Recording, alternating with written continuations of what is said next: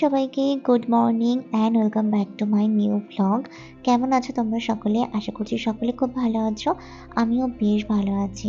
সকালবেলা ঘুম থেকে উঠেই প্রথম কাজ বিছানাকে ক্লিন করে নেওয়া। তো প্রথমেই বলে রাখি, আজকে আমার ভিডিওর কোয়ালিটি একটু হলেও খারাপ। মানে আমার ফোনটাতে একটু কিছু সমস্যা করছিল, এই জন্য কিছু কিছু ভিডিও বেশি জুম হয়ে গিয়েছে। তো ওই জন্য আমি প্রথমেই সরি চেয়ে নিচ্ছি।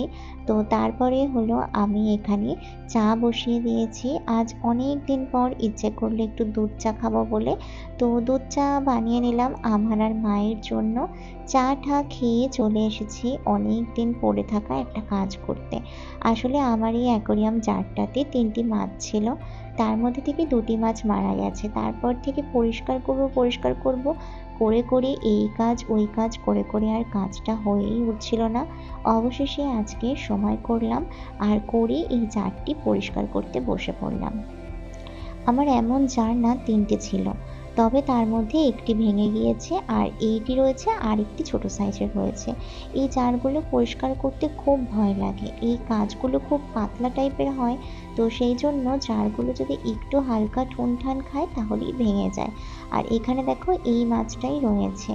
আসলে এর আগেও আমি অনেক মাছ পুষেছি, কেন জানি না আমার কাছে একেবারেই টিকতে চায় না।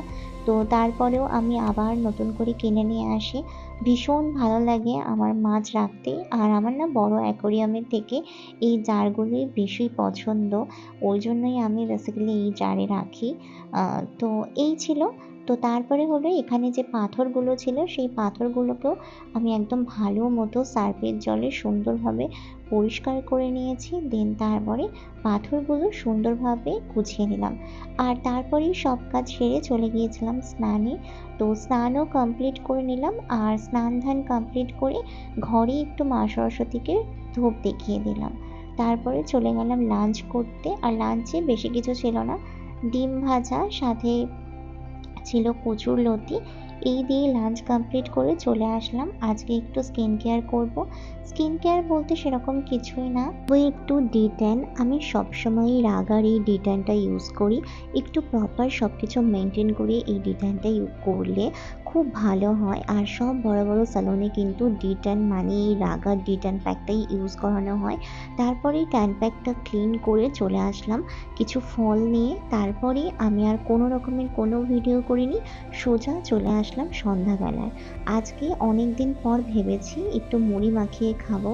এই মুড়ি মাখা নিয়ে না অনেক গল্প রয়েছে, মানে অনেক ছোটোবেলার স্মৃতি রয়েছে। ছোট থেকেই আমি বা আমার দিদি দুজনে কেউই যে খুব একটা মুড়ি ভালোবাসি সেরকম কিন্তু নয়। আমি টুকটাক যাও বা খেতাম, দিদি তো একেবারেই পছন্দ করতো না। কিন্তু আমাদের এই মুড়ি খাওয়ার কথা মনে পড়তে হলো ঠিক পড়তে বসার সময়। কারণ যখনই মা আমাদেরকে পড়তে বসতে বলতো সন্ধ্যাবেলা, তখনই আমরা মুড়ি খাওয়ার জন্য বায়না করতাম। তো মা আমাদেরকে অল্প মুড়ি দিক বা বেশি মুড়ি দিক, সেটা আমরা খেতাম অনেক টাইম ধরে। কারণ মুড়ি চিবোতে সময় লাগে আর তখন আরও ছোট ছিলাম। ওই জন্য একদম ধীরে সুস্থে মুড়ি চিবোতে থাকতাম আর পড়াশোনায় ঢিলেমি মারতে থাকতাম। আর এছাড়াও হলো মামা বাড়িতে গেলে দিদা খুব সুন্দর করে মুড়ি মেখে দিত। সেটা একদম পুরো ঝালমুড়ির মতো টেস্ট হতো। ওই মুড়ি মাখাটা খেতে খুব ভালো লাগতো। আর এখন মাঝে মাঝে মা শীতকালে অনেক সুন্দর করে মুড়ি মাখে, সেটাও খেতে অনেক ভালো লাগে। তবে আজকে সেরকম কিছুই না, শুধু একটু পেঁয়াজ, লঙ্কা, চানাচুর আর একটু সরিষার তেল দিয়ে আমি এই মুড়িটা মেখেছি। এমনি আর কি অনেকদিন বাদে খেতে ইচ্ছে করলো, তাই একটু বানিয়ে খেলাম। তো তখনই মনে হচ্ছিল যদি একটু ছোটোবেলার মতো দিদার মতোভাবে মাখাতে পারতাম। আর দিদা না আলু সিদ্ধ দিত এর মধ্যে, তারপর একটু চপ দিয়ে দিত, তারপরে দেখতাম ছোলা থাকলে ছোলা দিত। এইভাবে আমাদের বাড়িতে যখন দিদা আসতো এভাবেই মাখিয়ে দিত। আর মামার বাড়িতে গেলেও দিদা অনেক সুন্দর করে মাখিয়ে দিত এই মুড়ি মাখা। আর আমার মামার বাড়িতে না মুড়ি মাখা, সন্ধ্যাবেলা করে মানে চপ, তারপরে দুধ চা, এই জিনিসগুলোর প্রচলন ভীষণভাবে ছিল। তো আমরা তখন সব বোনেরা মিলে, মানে আমার মামাতো যত বোনেরা রয়েছে সব বোনেরা মিলে একসাথে বসে এরকম মুড়ি মাখা, চপ, চা এসব খেতাম। ছোটো থেকেই আমি চা খাই, চা খেতে আমার বেশ ভালোই লাগে। তো এই সব কিছু নিয়েই ছিল ছোটোবেলা। তো আজকে অনেক দিন পর যখন এই মুড়ি মাখাচ্ছিলাম, তো ওই রকম কথাটা মনে পড়ে যাচ্ছিলো। আর এখানে আমি লিকার চা বসিয়ে দিয়েছি। আর মা এখানে দেখছে টিভিতে সিরিয়াল, যেটা সন্ধ্যেবেলা কম বেশি সকলের বাড়িতেই চলে। তো এই তো আমার এদিকে চাও হয়ে গিয়েছে। এখন হলো চাটা ভালো মতো ছেঁকে নিয়ে চলে যাব। আজকে সন্ধ্যেবেলা মা আর আমি একসাথে বসে চা আর মুড়ি মাখা খাবো। তো এই ছিল আমার আজকের দিনের একটা ছোট্ট ভ্লগ। আশা করছি তোমাদের ভালো লাগবে। ভিডিওটা ভালো লাগলে প্লিজ একটা লাইক করে দিও। আর আমার চ্যানেলটাকে অবশ্যই করে সাবস্ক্রাইব করো। দেখা হবে পরের কোনো ভিডিওতে।